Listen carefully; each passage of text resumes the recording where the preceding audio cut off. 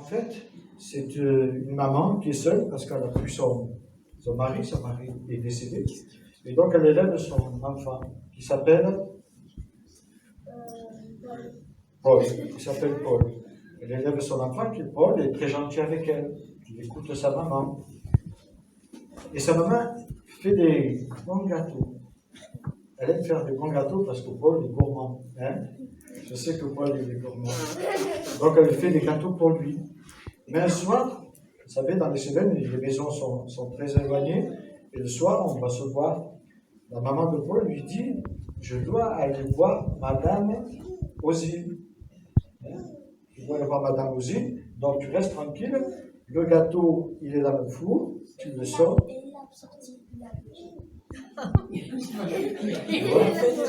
Tu vas trop vite, hein. Tu vas trop vite.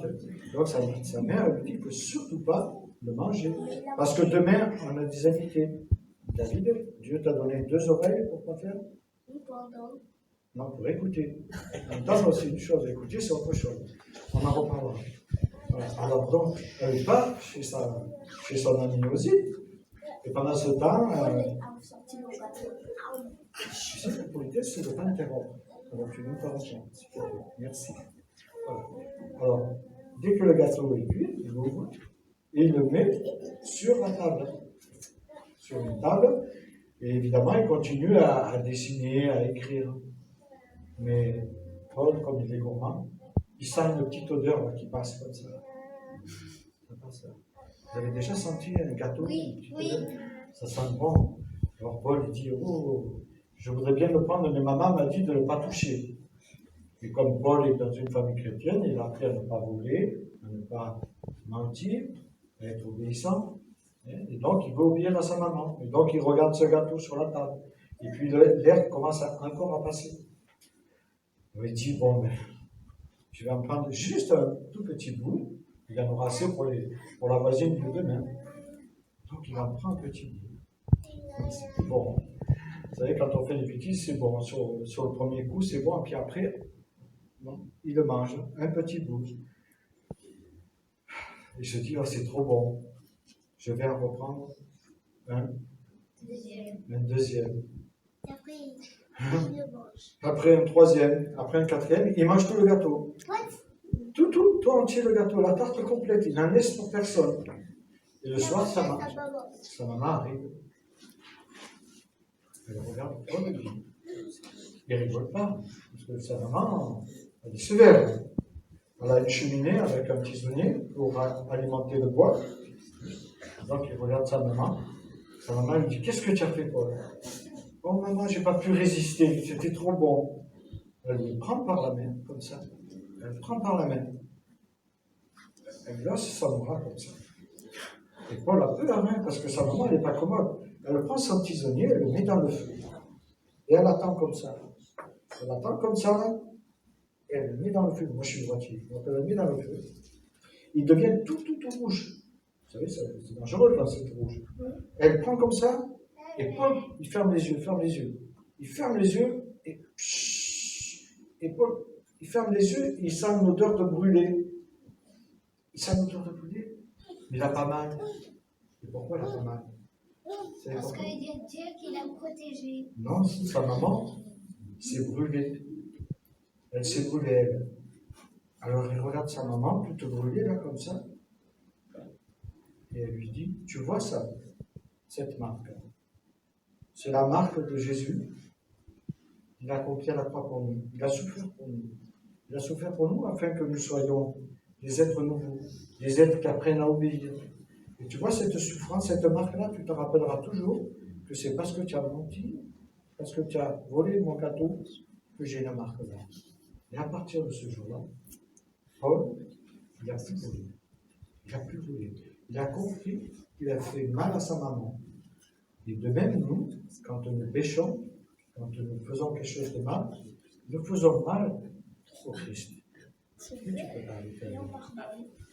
Et Dieu nous pardonne si nous lui demandons pardon pour ce qu'on a fait.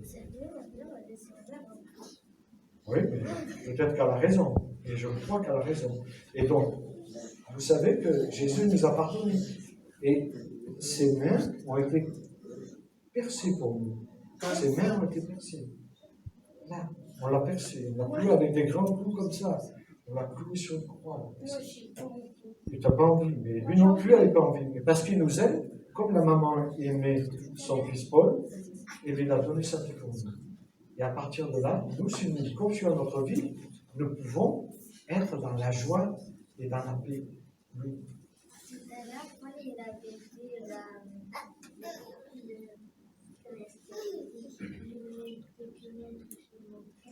et c'était même pas peur, et du coup, il avait dit qu'il n'avait même pas peur de la mort.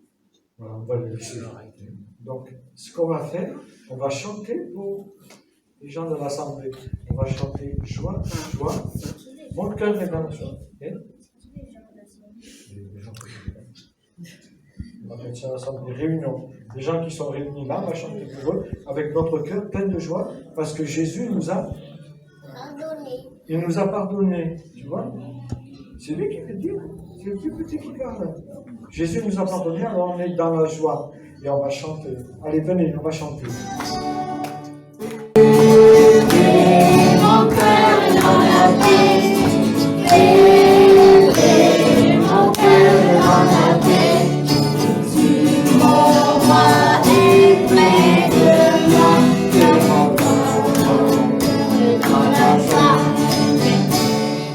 On va vous faire chanter aussi. Hein? Allez, on y va ensemble. Allez. Joie, Mon cœur est dans la joie. Mon cœur est dans la joie. Tu mon roi est près de moi. Dans la joie. Mon cœur est dans la paix. Mon cœur est dans la paix. Mon roi est près de moi. Dans la paix.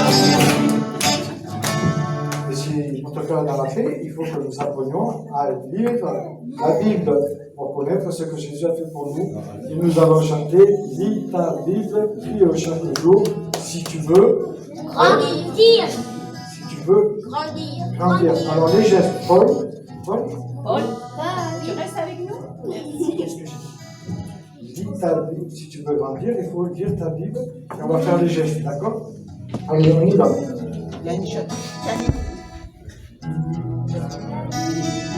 Prie chaque jour, prie chaque jour, prie chaque jour. Lis ta Bible, prie chaque jour, si tu veux grandir. Si tu veux grandir, si tu veux grandir. Lis ta Bible, prie chaque jour.